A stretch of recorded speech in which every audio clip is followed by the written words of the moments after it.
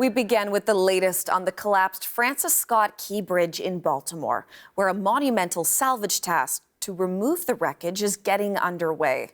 This is a look at the scene for you in Baltimore this morning. Cranes on barges are moving into place to begin the operation. Clearing the channel to allow Baltimore's port to reopen is critical to the city's economy. The Biden administration yesterday approved an immediate $60 million to aid in the cleanup and says the federal government will cover the full cost of replacing the bridge. Chris Reyes joins us now from the scene this morning with more on all of this. So, Chris, good morning to you. Thank you for joining us. What's the latest at this point on the cleanup operation? Well, Hillary, the images that you just showed, that's the largest crane in the eastern seaboard that arrived early this morning. 3 heavy lift machines are also expected today. Understandably, Hillary, over the last few days, the focus has been on the collapse, on the search and rescue. But really, what happens from this day forward is this massive cleanup.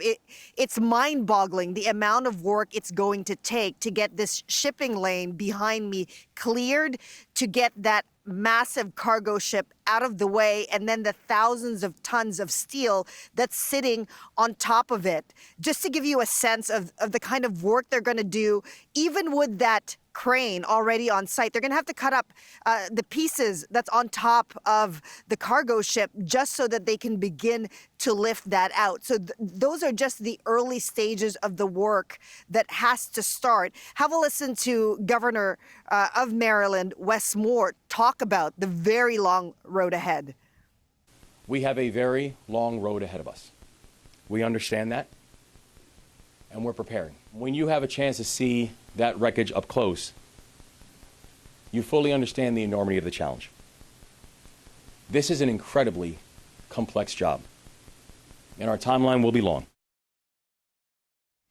And of course, the minds of many in this community still with the families. Remember, Hillary, there are still 4 bodies in that water. Divers can't go in. It's too dangerous because of the wreckage. So before they can even begin that task to look for those bodies again, they're going to have to first remove the cargo ship, remove the steel, and then all of the concrete that's underwater. So that is the monumental task that's in front of them.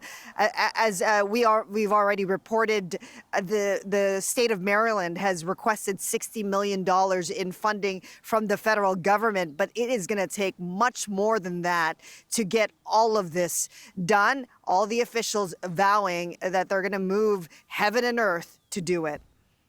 Chris, of course, all of this is just so devastating for the families of those 6 construction workers, but then it's also quite a disaster for the people of Baltimore. A huge impact here. You've been speaking with some of those people, so how is the community dealing with all of this? Absolutely. I mean, thousands of jobs are linked to the port of Baltimore. And then almost everybody who lives here has traveled Highway I-695, this highway that I'm standing beside that goes into the Francis Scott Key Bridge. So it's touched everybody. And it was quite sobering for us to actually leave this spot, go into the community, attend that prayer vigil, and have those members of the community say that when that bridge fell, their hearts fell with it. Have a listen to one of the community members that we talked to. One of my co-workers actually lived a few doors down from one of the victims, and they saw the police car coming to the home, and they was like, what's going on?